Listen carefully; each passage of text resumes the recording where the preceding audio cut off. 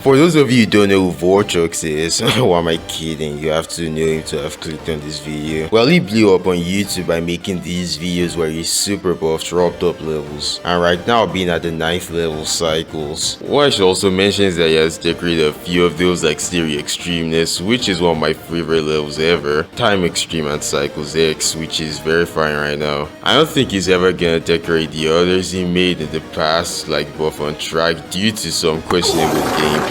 Like, what the hell is the world's hardest jump doing here? So I thought, why not decorate a level for him? Just a disclaimer, he isn't planning on decorating Buff on Track, so I thought I would do it myself. Stick around to the end to see how I decorate this madness, or on track.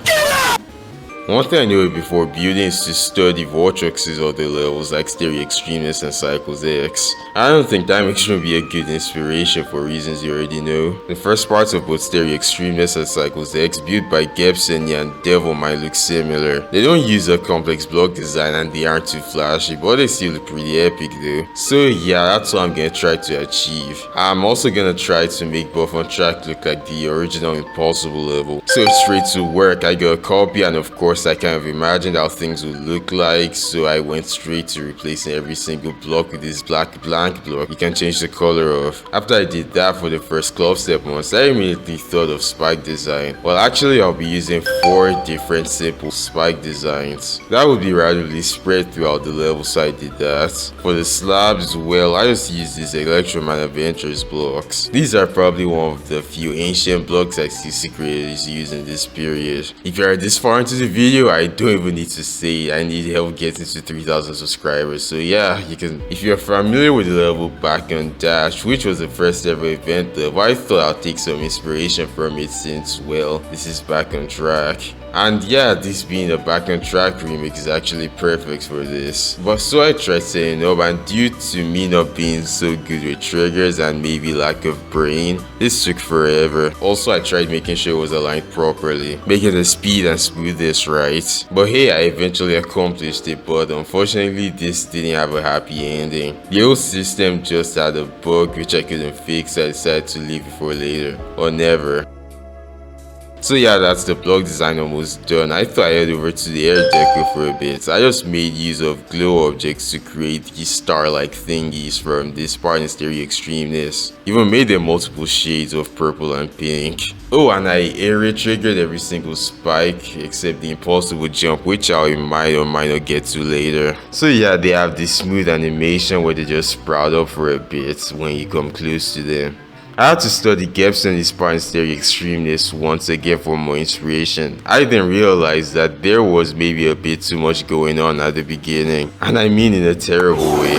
So I shifted a few objects and it looks a lot better even without a few of those objects. I also area triggered a lot of the hanging spikes by the way, but I made sure to make the monsters have their own special movements. I made use of shaders by the way, just using a lens circle made this look a lot better somehow, like what the heck. And I added some stuff I didn't quite mention yet, like saw blades with glow behind them that move up and down over time, and these background decorations. And I V12 the level a lot. By the way, if you don't know what I'm talking about, I just mean I added a lot of glow. Oh, and don't question me not adding pulses still, like the later stages of decorating this. I don't know why it's something I forget a lot, but yeah, I just added pulses to sync to Back on Track, like the song, and I added a lot of glow pillars behind some of the jumps, including these pads. Oh, and why I didn't decorate the world's hardest jump at all, I kind of want to remind the player that it's still the world's hardest jump. That's assuming this were a finished level, but I'm never finishing it, not unless this video gets like 1 trillion likes. So yeah, everything else I did was pretty much off camera. I don't think I had to playtest this since it's just decoration. So after a while of building, I can finally go ahead to the showcase.